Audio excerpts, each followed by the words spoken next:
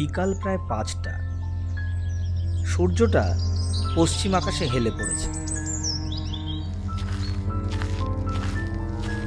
3 বন্ধু অমিত, রিজু আর কুশল এসে পৌঁছেছে হরিণডাঙ্গার শ্মশানে।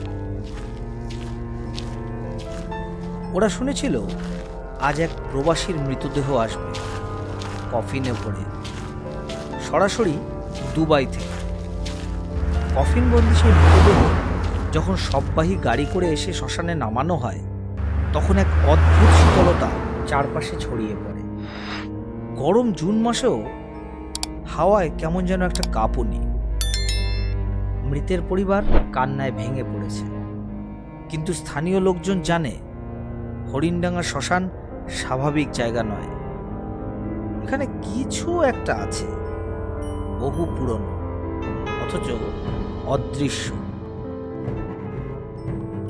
আশেপাশে হালকা ভিড় ছিল, কিন্তু তাও একটা গা ছমছমে ভাবও যেন চারিদিকে ছড়িয়ে আছে।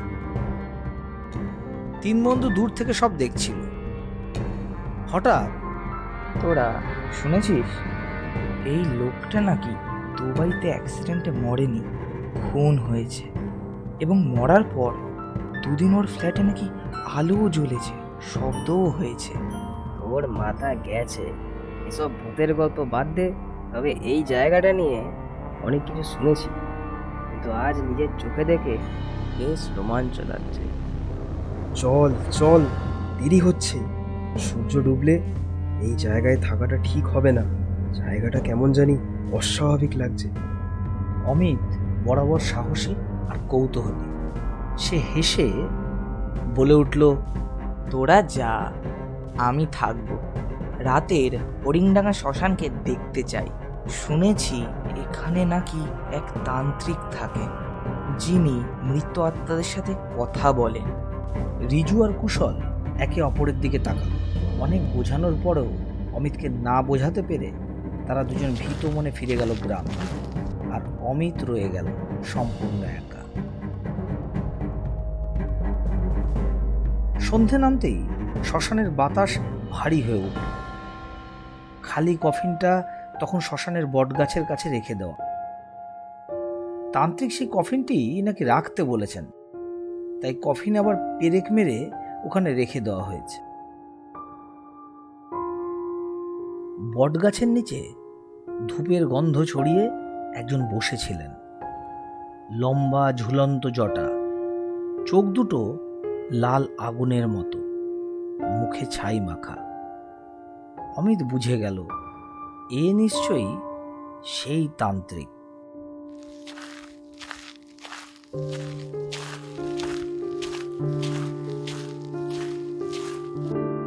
আপনি কি? হ্যাঁ, আমি জানি তুই কি প্রশ্ন করবি।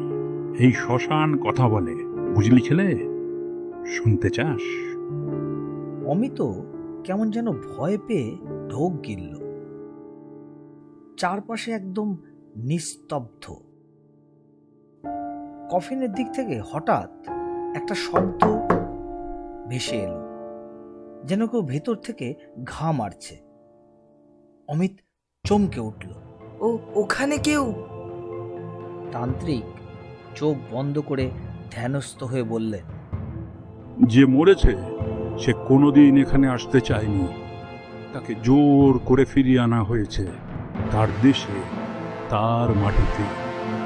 তাই সে শান্তিতে নেই। এই মৃতদেহ এখন আর শুধু শরীর নয়, এটা এক অভিশপ্ত আত্মা। অমিত বুঝতে পারছিল না সে স্বপ্ন দেখছে না সত্যি। ঝুলিতে সাজিয়ে নতুন গল্প এসেছে রুহুকার। বিনোদনের এই মঞ্চের পাশে সকল বন্ধুকে দরকার। রুহুকার ইউটিউব চ্যানেলটিকে অবশ্যই সাবস্ক্রাইব করুন এবং পাশে থাকা বেল আইকনটিকে প্রেস করতে ভুলবেন না।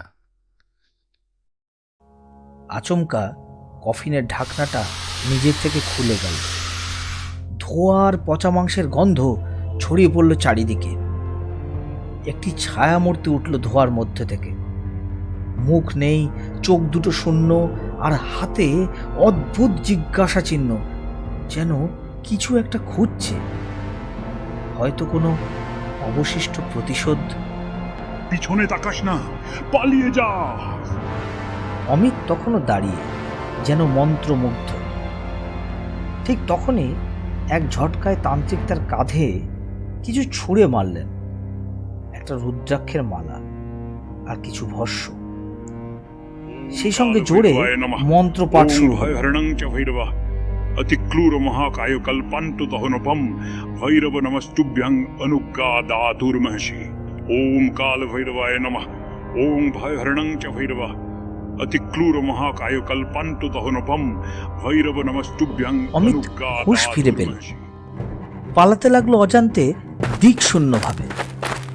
সে দৌড়তে দৌড়তে গ্রামে ফিরল। দীর্ঘ নিঃশ্বাস ফেলে সে হাঁপাতে হাঁপাতে বসে পড়ল।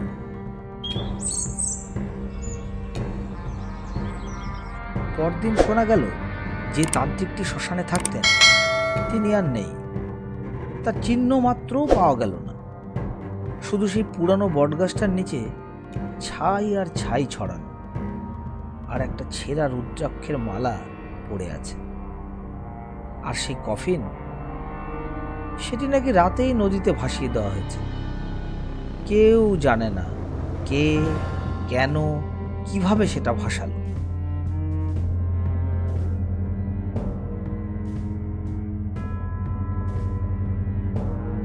রিজু আর কুশল অমিতকে দেখতে ওদের বাড়িতে আসে।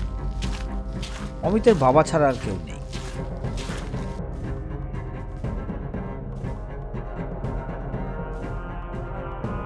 অমিতের বাবার বিড়ি খাওয়ার নেশা ছিল। রাতে ঘুম থেকে উঠে বাইরে বিড়ি খেতে বেরিয়ে সে দেখে ছেলে ঘরের এক কোণে বসে আছে অদ্ভুতভাবে।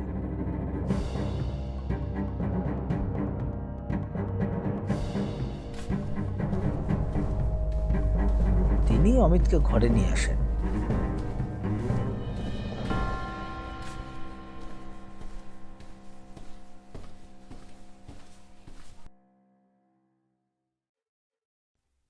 রিজু আর কুশলকে দেখে অমিতের চোখে জল।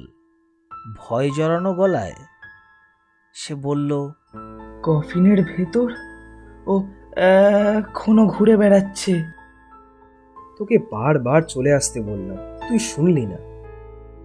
যা হবার হয়ে গেছে ভাই, ওটা নিয়ে আর ভাবিস না। আমাকে যেতেই হবে, আমাকে একবার শ্মশানে যেতেই হবে।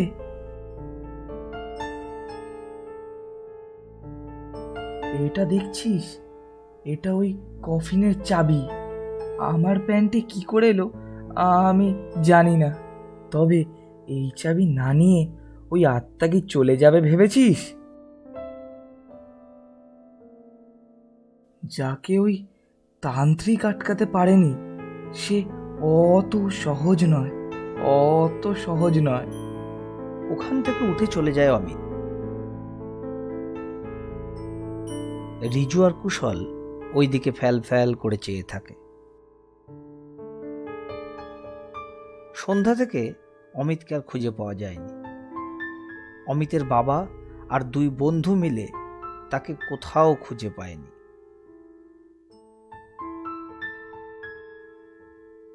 সকালবেলা শ্মশানে এসে তারা দেখতে পেল ভাসিয়ে দেওয়া কফিনটা পাড়ে পড়ে আছে খোলা অবস্থায়, কিন্তু ভেতরে কিছু নেই। কফিনটার পাশে সেই চাবিটা পড়ে আছে, আর অমিত কোথাও নেই।